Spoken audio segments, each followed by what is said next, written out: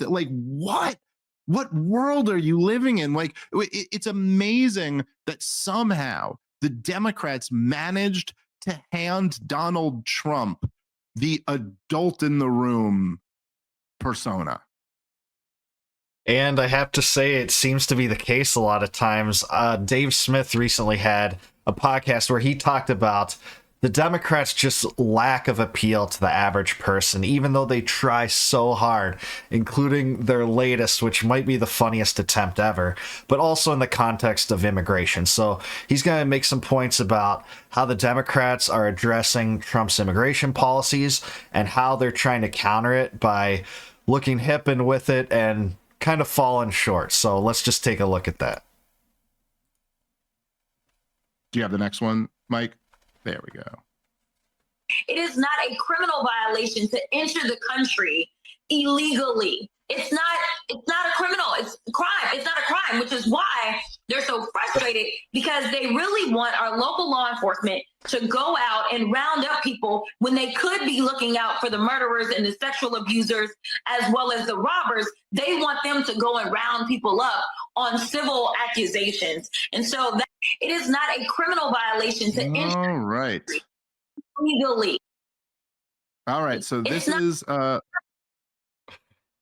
all right, let's stop that one. So this is the other angle that I guess they could go with, that it's not, we should only be deporting the criminals and we shouldn't be rounding up other people. Yeah, illegally crossing the border is a crime. Yes. But right.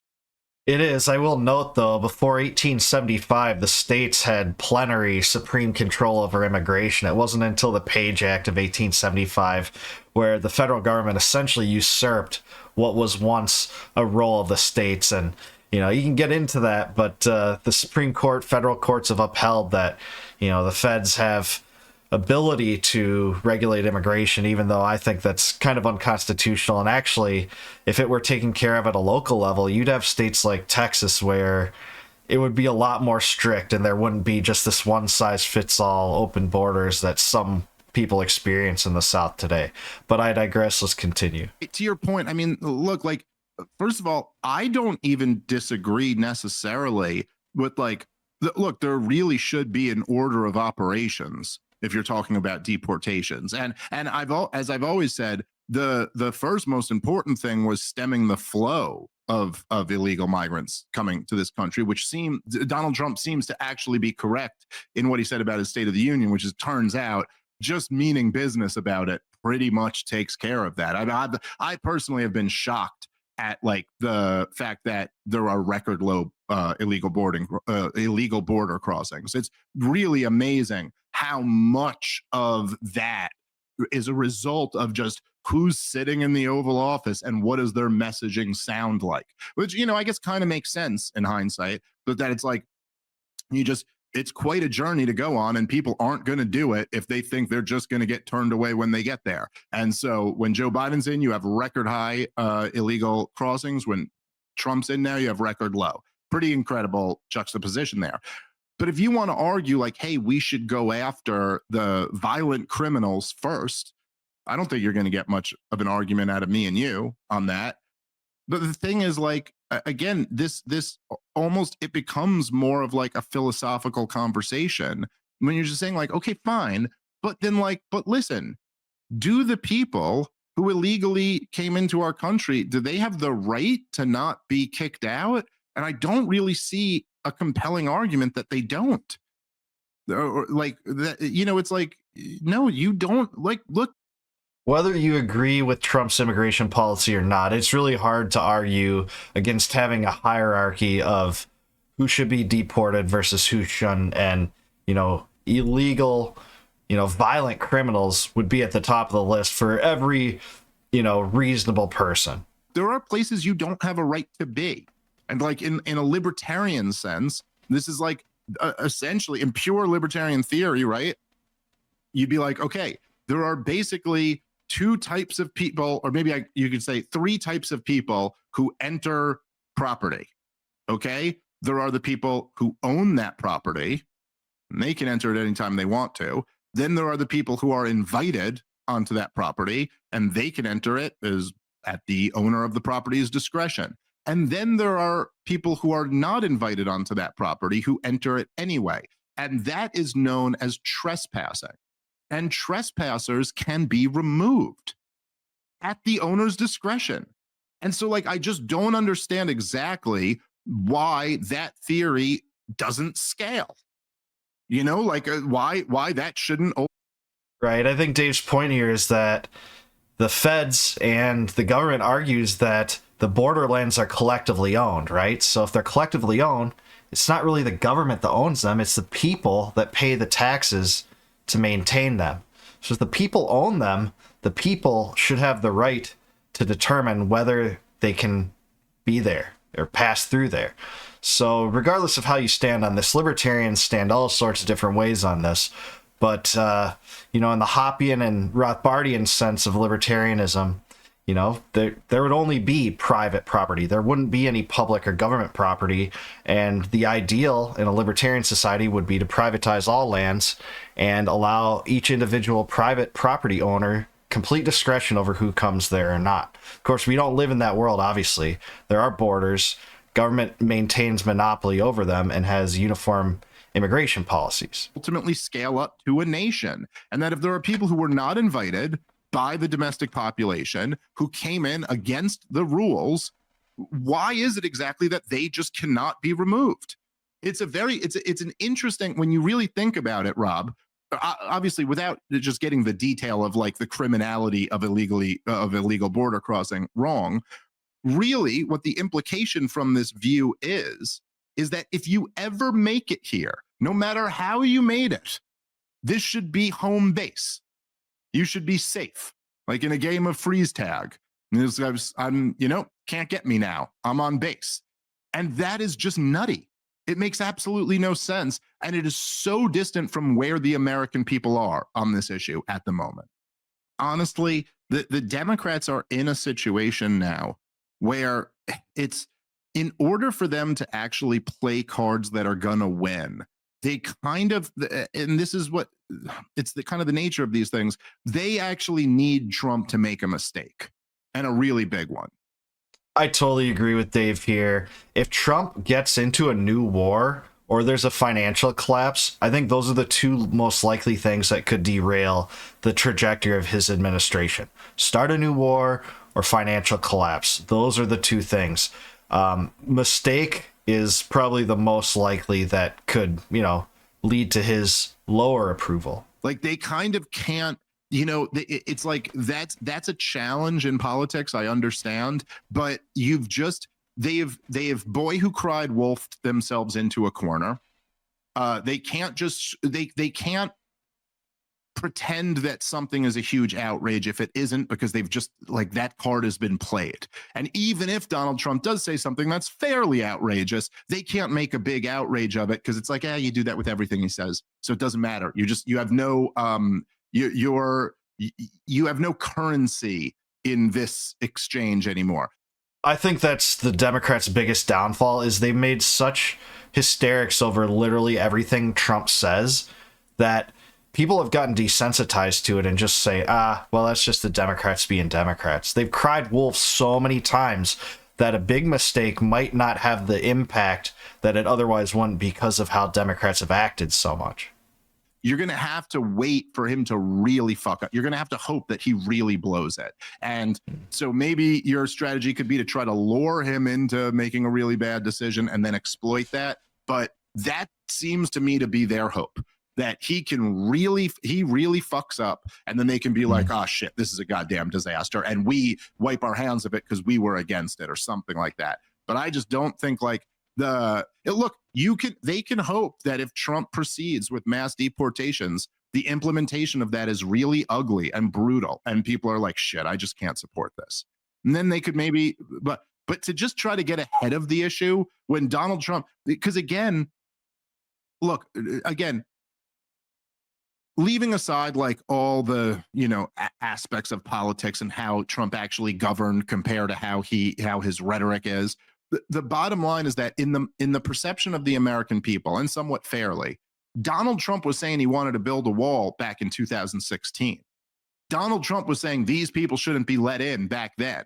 And now you're going to bitch and moan that after we let all those people in, that some of them are getting kicked out. But Donald Trump's position was never, none of them should have been here to begin with. And so he can almost play in this way that, like, yeah, it is unfortunate. You know, the borders are, what's his name? I'm Tom blanking on his Horman or something. Horman, yeah, Harbin, Tom, whatever. You know, even he said, even the most tough talking immigration hawk in the nation, he said at one point, he goes, yeah, it's tragic that we have to do this. He goes, it's a tragic. This is why it's so bad when you don't have a border. Like, this is why it's so bad when you let people flood in illegally by the millions, because now we got to round people up and kick them out. And I got to say that, to me, when I heard him say that, I go, that is a winning kind of compelling message, you know, that it's like, yeah, that's right. We quite literally in this case have to clean up the policies of the previous administration. It might be a winning argument, but Trump hasn't, as of yet, tried to do that. You saw, like, in the first few days of his presidency, there was all this buzz that he was working on mass deportations in those first few days, but it didn't really manifest in what it would take to really clear out illegal immigrants from the U.S. There's like 35 million of them, and how many did they deport? A few hundred? I don't see how this is tenable for Trump, even if he wants it, even though every last Republican, you know, tried and true red warrior wants it. I don't see how he makes it happen realistically. And it sure does suck that falls on us to have to do. There's something about that I thought was like, that's kind of hard to argue with, because otherwise, if you don't accept that, then you, no matter how much you're against the illegal immigration, or you could say you're against it, your position is that once it happens, we just have to accept it. Once it happens, it's like, okay, the demographic makeup of our nation has been changed by the last administration, and we cannot change that. We have to accept that going forward. And whatever your position on immigration, that is not accepted in almost any other country or any other nation in this world. Try doing that in China or Japan and India and seeing what happens. If you think you can just waltz in, be unnoticed, and then just count on remaining there, it just doesn't happen. It's only allowed not to happen in the U.S., essentially. And that's going to be a tough sell. That's going to be a very tough thing to convince anyone of, because it'd just be like, well, no, we don't. I mean, we have the legal tools to deal with this. So why is it that you're just asserting it's incumbent amongst us to just accept that now? And that just doesn't make sense to me. In the same way that it never made sense to me that if there is a giant caravan of people coming from South America that are just uninvited people that are not coming in through the legal process of our immigration system, but they're just coming here, why is it that America has to accept them? It just doesn't make sense to me. It's like, it's not, it's like, what under what obligation is the principle that America belongs to everybody in the world equally? Because if that's your principle, and yet only American citizens can vote in elections for the most part, it seems that you're going to lose elections to anybody who says, I think America belongs to the American people, not the world equally, which is, by the way, essentially the core of Trump's message since 2016. And it's the reason why he's been president twice. He's won 2 out of 3 elections. It's a big reason for it. 3 out of 3 if you ask Trump. 3 out of 3 if you ask Trump. We got one more video here. You want to play that one? Oh, here's the best. This is the best.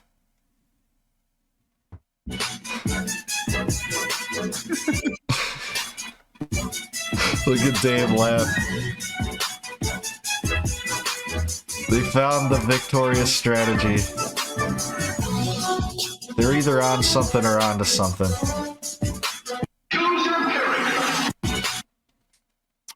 All right, Rob. Well, I started the show saying that Democrats are searching for their way to get out of this hole, and I think they found it. So there we go. That's good. That's going to turn people around, right? Isn't it funny? Because look, 2016 Smash to Bros. Mike Swear is a bigger nerd than us. Swear's got. You really should have waited like at least 30 seconds so it seemed like you Googled that. There's something funny because, like, okay, it's 8 years a little over 8 years since Donald Trump won his first presidential election in 2016. And okay, 8 years, especially in our current political environment, is a fairly long period of time, in the 24-hour news cycle or whatever. And a lot of stuff's happened since then.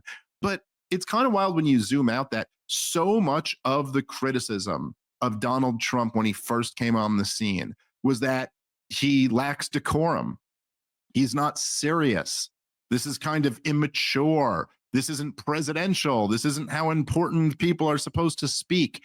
And then it's like, you just get so quickly to a point where it's like, well, what are you guys doing? Like, it seems like it's like an imitation of what 20-year-olds do on TikTok or something like that. Like, this is and it's also on top of that, just so unappealing. This kind of like serious women in pantsuits doing cringy fucking like, what? This is like if I went back to high school. I'm 22 years removed from high school. If I went back to high school and tried to walk into the hall and be the hippest, coolest kid there was, said the right things, did the right things, it would be an utter disaster. And that's what the Democrats are trying to do with this. It's just so absurd. Dave's so on the money here. What world are you living in? Like, it's amazing that somehow the Democrats managed to hand Donald Trump the adult in the room persona. So they're like, even Elizabeth Warren drinking the beer, right? She's like, hey, well, I'm trying to talk to like workers. And you know what workers like is to have a cold beer after work. And that is true, right? Like, it is true that beer is popular amongst the working class. But look, Donald Trump just carried the working class vote, and he's never had a beer. And in fact, he'll openly say, I've never had a drink in my life. That is not most Americans' experience, but it really is Donald Trump's experience. And so when he says that, it just comes off as authentic. It's like, yeah, dude, my older brother who I looked up to killed himself with alcohol. And I was just like, I'm never going to drink alcohol. Which I can't believe, by the way. I was really floored when I heard that story. That's really interesting for a guy like him, never to have had a drink in his life. But he's right. Trump's comes off as authentic, not just there, but in general. And it's something that, like, even his fiercest opponent can't take away from him. And then all of a sudden, you're not just like trying to do the thing that is what they do, but you were just, and then it's kind of like, oh shit, that's an interesting part of Donald Trump. Now, it doesn't mean that working class guy who enjoys a cold beer after work is going to stop having a beer, but it was completely unnecessary for that. So anyway, the point is just that what they would need on the Democratic side is somebody who was outside of the CIA deep state system who could work up enough popular support that they just take the party the way Donald Trump did, And so essentially I'm saying there's no way for them to achieve what they want to achieve, which is maintain deep state control and work up popular support. It's going to have to come from someone outside of that who takes that away from them, in which case the Democrats could come back tomorrow. That's the truth. Most people at this point, they're not partisans. They don't really care which party it's coming from. They just kind of want to see results, and they want to hear something that sounds real to them. Yeah, I think Dave is so on the money here. It really would take a Trump mistake for the Democrats to ascend to power, or I think financial collapse. So, I think the biggest mistake he could do is get drawn into another war, like I said. And Dave's right. I wouldn't count the Democrats out. Historically, you can't count them out. And not many people predicted the rise of a popular speaker like Obama in 2008, 2007, when he kind of burst out on the scene. And that could happen again. But let me tell you, Bernie Sanders and Elizabeth Warren are not doing it. They seem like the biggest squares in a square room. Pete Buttigieg, not doing it. Newsom's a little bit more polished, but he has a lot of stains on his record too. So it'll be interesting to see what the Democrats do. But I want to hear from you guys. Let me know in the comments below. Do you think that the Democrats can recover? And how can they sell their position on immigration? Is it just emotional appeal, or can they do something else to get Americans on board? Let me know in the comments. I'll check you out on the next one. No more wars, no more debt, no more inflation, no more empire. Peace out.